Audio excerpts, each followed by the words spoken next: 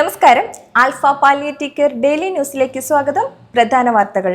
Alpha palliative care Ettumanoor centre പ്രവർത്തക യോഗം president Mathew വലിയകുളത്തിലിന്റെ അധ്യക്ഷതയിൽ ചേർന്നു. Community director Suresh Sreedharan, medical director doctor Jose Babu എന്നിവർ ആൽഫയുടെ പ്രവർത്തന രീതികളെക്കുറിച്ചും പാലിയേറ്റീവ് പരിചരണത്തിന്റെ വർത്തമാന പ്രാധാന്യത്തെക്കുറിച്ചും സംസാരിച്ചു. Medical officer doctor Amina Kamal, vice president Thomas Sebastian, secretary John Philipose, joint secretary Johny Varghese, central council member Anilkumar, executive council member Jaimon K Abraham, M K Pavithran, Vinod Mathew, P S Jose, P J Johnny, Philip, community welfare district coordinator Anil Mohan, staff അംഗങ്ങളായ Mini George, Bindu Panicker, Sonet തുടങ്ങിയവർ പങ്കെടുത്തു.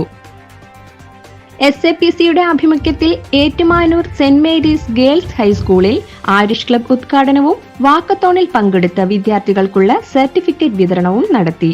Students police cadet coordinator Seenamol സ്വാഗതം പറഞ്ഞു.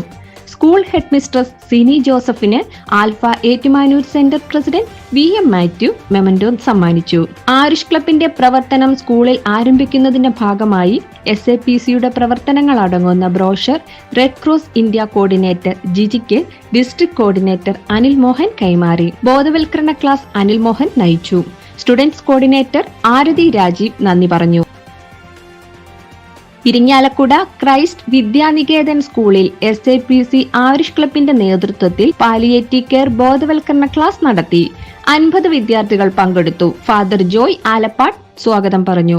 തുടർന്ന് നടന്ന ബോധവൽക്കരണ class community welfare district coordinator മേഘ്ന അനിൽകുമാർ നയിച്ചു. സ്റ്റുഡന്റ് കോർഡിനേറ്റർ മിഷേൽ നന്ദി പറഞ്ഞു. ഇതോടെ ഇന്നത്തെ വാർത്തകൾ അവസാനിക്കുന്നു. ജയ് ഹിന്ദ്.